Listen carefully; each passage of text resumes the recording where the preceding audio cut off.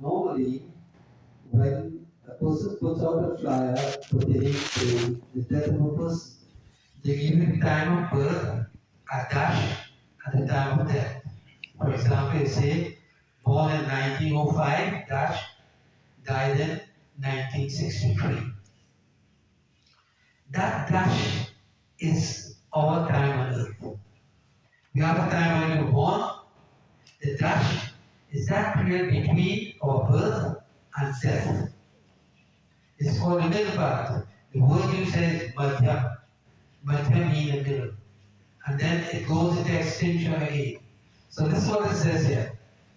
Avatyadini. Avatyadini means in the beginning. You were unmanifested. Unmanifested means that it is not to be seen.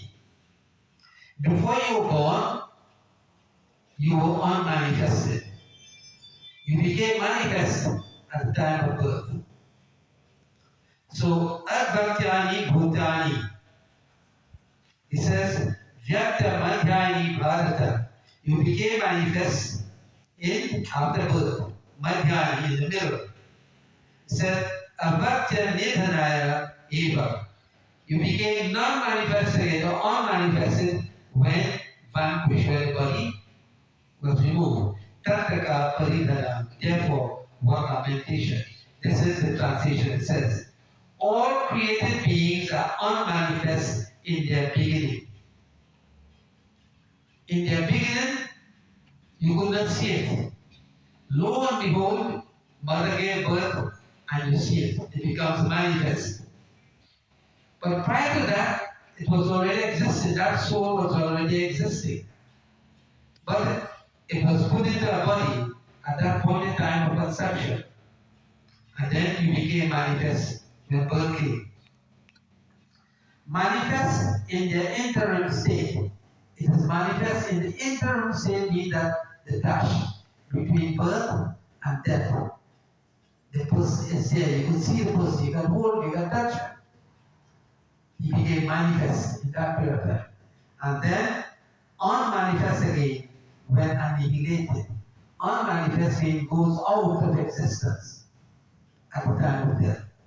So Krishna is said Arjuna, so what need is there for lamentation? Why do you lament? Because we know that it was always there. But we were privileged to have the guys who were privileged to have their mother for that period of time. The mother, the sisters, the brother, the father, they were privileged to have that soul in the form of a body in their home for that period of time. He gave you that privilege. But there is a time also when it goes out of existence. And we have to understand that. And the quicker we can understand that, the less will be our grief and our difficulties. Now, I'm not saying not to grieve. I can't take you that. Because only a mother knows, or the child knows, that attachment. We on the outside cannot see that until perhaps we experience it. So it's difficult. And all means it is very difficult. But Krishna is saying, the quicker you can get out of this and become detached, the faster you can be healed. So what is needed is to focus upon that divine Lord, asking God, my Lord, this is the time that I need your strength, your energy, and surrender yourself and do the feet of the Lord. Only He can clear us from this. And I want to end my presentation this evening with I love Ramayana, so I couldn't leave a message without doing part of the Ramayana. So, and this is taken from Sri Ramcharitmanas in Kiskindha, and it's a discussion between Sri Ram, and